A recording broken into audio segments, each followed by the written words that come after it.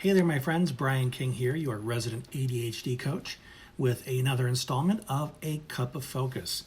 And you know me, being consistent and reliable as I am, I have my cup of joe that's going to help get my brain flying in formation so that I can serve my clients well this morning. I have a group coaching call in about 30 minutes, but I wanted to stop in and share this little tip with you. We're coming up on the new year, and that's when people tend to go headfirst into these really big goals that require a major upsetting of the way they normally live their lives. And it doesn't work because, for many reasons, the new year isn't sufficient motivation. It has to come from in here, not the calendar. And also, you don't have the habits in place to make the changes that you want.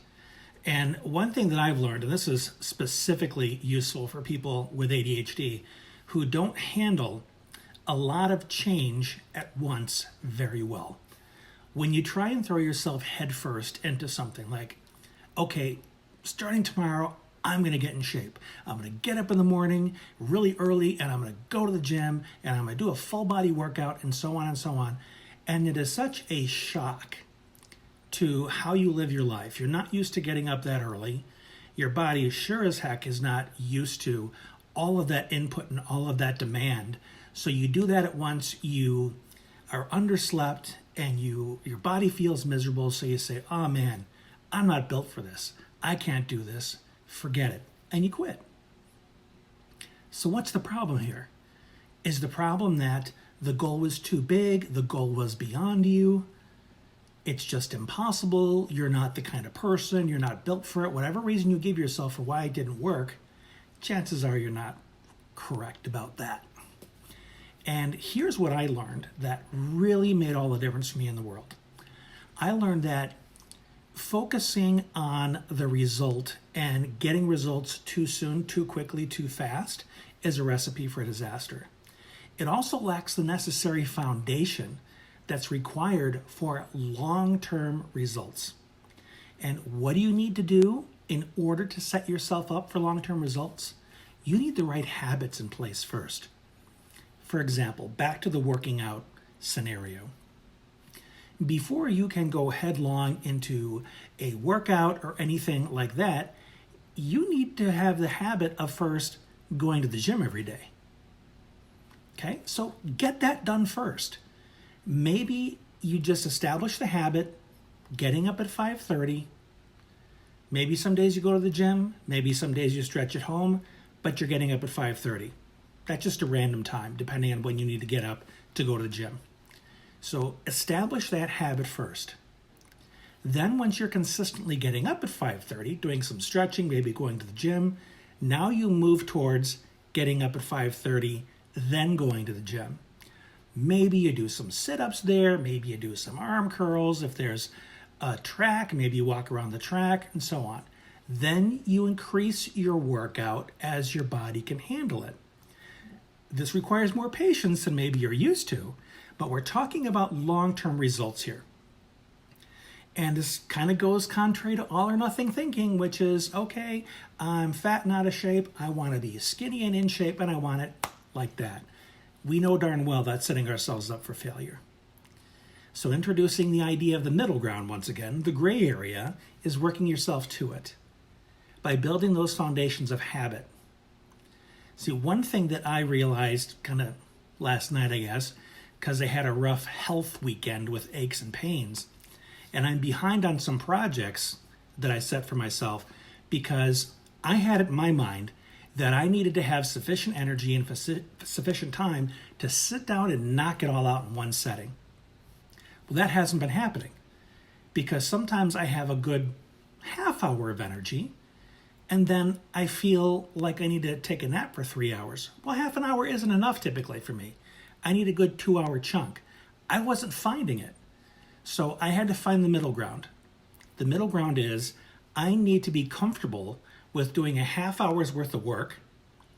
And if that's all I can put in, okay, I'm satisfied with that. I'll come back another time I feel good and do another half hour or an hour worth of work.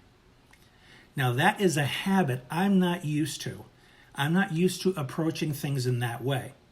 But starting this morning, I did about 20 minutes, half hour of work on a project.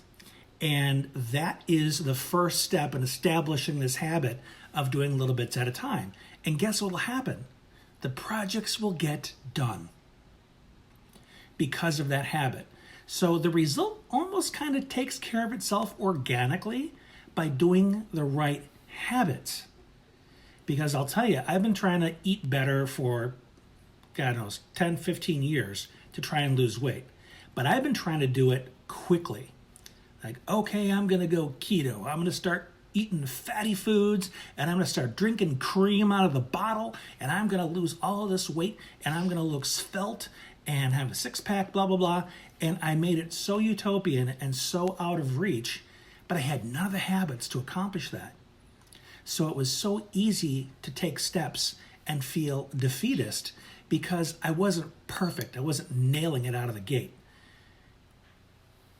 That leads to self-sabotage, that leads to discouragement, that leads to giving up. But dietary-wise, maybe I replace one food a day. Instead of reaching for a handful of chips, I reach for an apple. Can I make that one change? Stop buying chips, buy apples instead. Okay, that's not overwhelming. That's not too much. I can change that habit.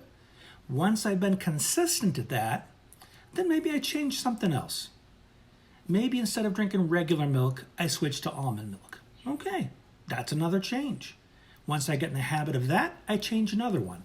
So I do it gradually, but it's all about establishing the habits that will lead to the result I want. So if you focus so much on the outcome, but you don't focus on building the foundation, you're setting yourself up for sabotage. You're setting yourself up for failure. And you want to be successful. So this is a simple approach for you. Focus on establishing the habits that will get you the result simply by living in this new way. I hope this has made sense. I try to make it as simple as possible. And still waking up a little bit here. Bottom line is I hope this has been helpful for you. I'm going to be going into this concept a lot deeper on my group call with my clients this morning, but this should be enough to get you started. And if you do want to join the community that I have with all of my clients and really get the one-to-one attention that I give that allows you to implement these things and get the results you want, then send me a PM. We'll talk about how to make that happen. And please share this with anybody you think can benefit from it. And until we talk again, this has been Brian. Thanks for being you.